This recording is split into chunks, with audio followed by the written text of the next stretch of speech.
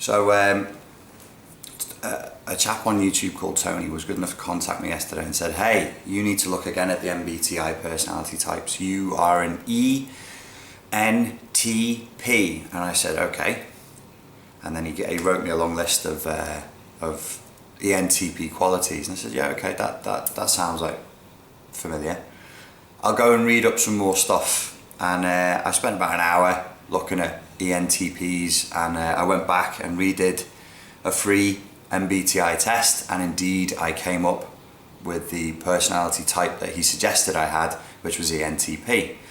And then this then compares you to different people who are in the same personality cluster according to the MBTI. And a lot of these people are people who I sort of can see similarities with. One of the characters that came up was a guy called, as if you fucking know who it is, Ricky Gervais. I shot a DVD the other day for the Street Self-Defense channel. It's a new DVD. It's all about doing pads, and I shot it with my mate. And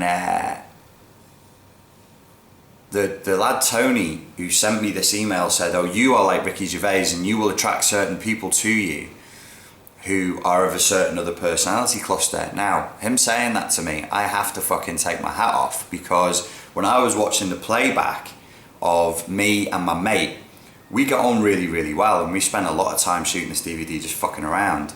But I actually have not noticed that I do stuff like this very Gervaisian, like torturing people.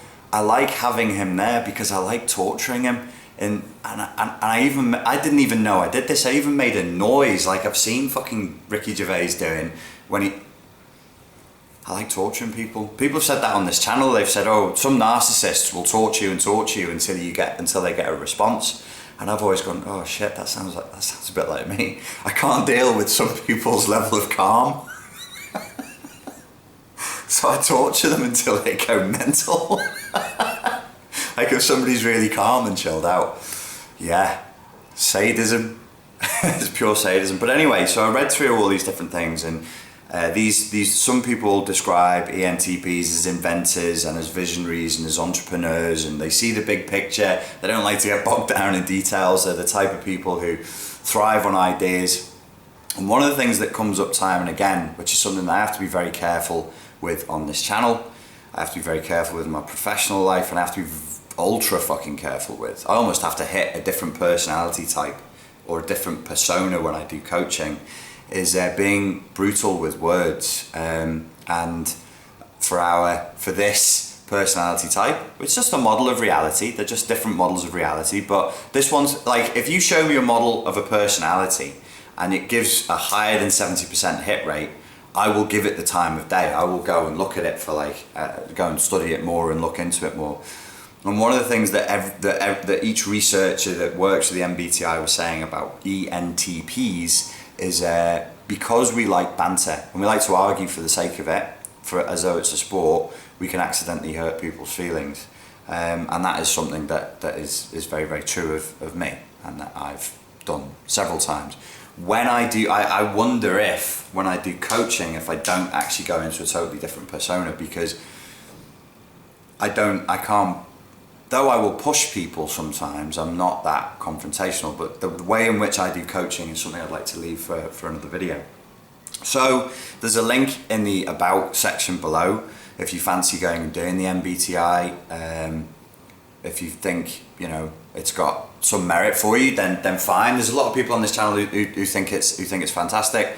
He's not the first person who's messaged me about the MBTI, but he's the first person who said, you are this on the MBTI scale, go and check it out some more. So I did.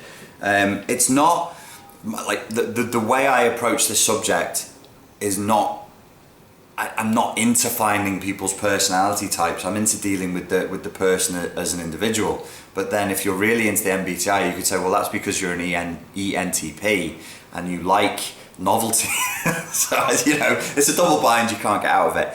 If you find it useful and it helps you and it makes you feel more sane, less alone, more able to understand your problems, then use it. And it doesn't matter whether it's from modern Western psychology, or if it's your Native American spiritual animal, it really doesn't matter. The main purpose of this channel, I was talking about this to somebody last night, the idea originally was I want to change the world. Obviously, grandiose idea.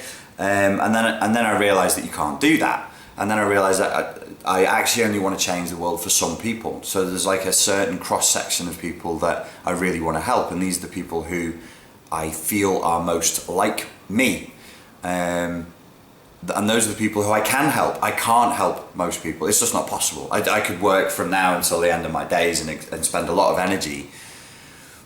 And I would be like, it'd be like a Greek curse, I'd be pushing a boulder up a hill that would keep falling back down. And I have been in roles like that before. I have been a cognitive behavioural therapist for the probation service. I have worked in the great British education system trying to help kids with emotional problems because of shitty backgrounds do their GCSEs. Do something that is really pointless and that isn't going to fucking help them. I said really pointless. Let's not go there. It's not really pointless to do your GCSEs, but that is a whole other subject for all of the day. We need to talk about education on this channel. So yeah, go and find out if you're interested. See if it's useful or not. For me, one of the things that to close that loop, one of the key issues on this channel is that for a certain cross section of people, I can't make their lives wonderful. I've called it the Spartan life coach. I don't like the term life coach. I could probably do a half-hour video on why I think the term life coach is a load of crap. But I also don't like the term self-defense. At the end of the day, if I want to tell somebody quickly what I do, I say I'm a self-defense instructor. Now, I have my reasons and my fucking philosophy and my principles as to why I think the term self-defense is bad and not helpful. But at the end of the day, you've got to let people, or sometimes to get rid of people, I'll just tell them I'm a kickboxing instructor because it's easier. The term life coach, look, and somebody asked me this the other day, don't you tell people how they should live? No, I don't know how you should live. I don't know how anybody should live because it's your life. And when I first looked at life coach, one of the many reasons for not wanting to be a life coach is because generally speaking, you're associating yourself with dicks. And you say, why would you say that? Well, I used to work in the education system, and the people that I worked alongside were retired teachers, and we would go back into the education system. I wasn't a retired teacher. I've never been a teacher in the sense of having a PGCE in the British education system. So I worked with a lot of retired teachers, and they were motivational speakers like I was. So we were teaching applied psychology to kids, to teachers, to parents, to help the kids to learn. And a lot of these retired teachers were life coaches on the side. And anyway, subject for another day. So one of the main things that came up time and again, and I've actually found it quite humbling reading the description of an ENTP character type because it's so close to me, and most of it is cool. You would look at that and go, I want to be that character type. They're reckless, they're dangerous, they are trailblazers. You're like, wow, that's really cool. But consistently it says they hurt people's feelings, and that makes me go, oh, that makes me feel sad. Because I know I can do that. I have two friends who are both empaths, who are both very clever people as well. They both just got published within 3 months of each other. The lady friend, Amanda, got published writing a book that was about helping clients deal with childhood sexual abuse. And the fellow is a Shakespeare lover who's a graphics designer, and he just wrote a book on King Lear. What Amanda is the conscience inside of me that says, look, you need to make people laugh. And she always gives me the Oscar Wilde quote, if you're going to tell people the truth, make them laugh or they will kill you. So she reminds me to use humour. She's only ever told me this once, but it plays, my unconscious keeps pushing it forward and says, remember to make people laugh. And Nick is always there in my head saying, be kind, be kind, be kind. I know these people like me, but they have certain reservations about how I conduct myself because I can be harsh, I can be brutal, but in my reality, I'm not being harsh. And the justification, and apparently, I've just learned this is true of people with this personality type, is I don't mind being harshly criticised because I don't see, if you come and attack what I'm saying, I can deal with it as a non-ad hominem attack. I like reason, I like rationality, I can sit, a lot of ENTP personality types flatter themselves that they are scientific and they can be objective. Look at Ricky Gervais. He can't debate anything without bringing up the fact that he's an atheist and a scientist, and he clearly likes to debate, but other people don't feel that way, and we will do it as a sport. So Nick in my mind always reminds me to be kind, and he reminds me of the Aldous Huxley quote, which is something like, after 45 years of being alive on the planet, it's something of an embarrassment to me that the only thing I can truly advise people to do is to be kind, be kind, be kind. Just be kinder to each other. So that's an injunction that I have playing in my mind all the time, just to be kinder to people. So yeah, very humbling experience that. Would I then, this chap who emailed me last night said, you could incorporate this into your coaching. It's unlikely. It's unlikely I would incorporate it into my coaching. It's fixed models are not my bag. I like to take, this is one of the elements of NLP that I really love, which is that you take each client as they are, as an individual, map their reality, and then get to grips with that reality as it presents itself on an individual basis. So, but I was saying yesterday, I think the MBTI is a load of crap. The reason why I said the MBTI is a load of crap is because it's not been ever had truly independent peer review research that says it's any good, and a lot of times, 50% of the time when people are retested, they actually get a different result. But I just have to tell you what happened, which is somebody who's into the MBTI said, you're an ENTP. Pretty much most of it, to a higher than 70% accuracy rate, everything was accurate. Then I went and tested myself online, and it turns out I was an ENTP. Some people will find this really, really useful. The thing that I will take away from it is yet another reminder to be kinder to people. If I ever say something to you, especially when I'm answering you in the comments,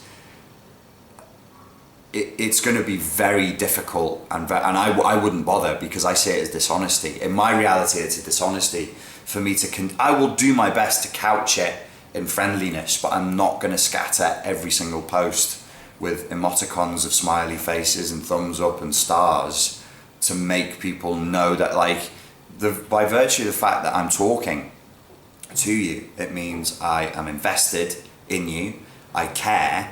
I don't care in a fuzzy wuzzy way, but I care to the extent that you can take that information and do something with it. And me going there all the time is not going to fucking help. It can't help. It helps to a degree. When I'm building rapport with people, it helps to a degree, but I'm going to talk about that on the next video. Okay, that's enough about that one. If you find it useful, then cool. I hope you do. Sorry, my back hurts. Sound. All right, let me know if you do use it, what personality type you come up with, if you found it accurate or not. And, maybe this could open up another avenue of exploration for people. I think the main thing I'm going to be taking from it is to, watch what I say and try and be kinder. All right, thanks very much.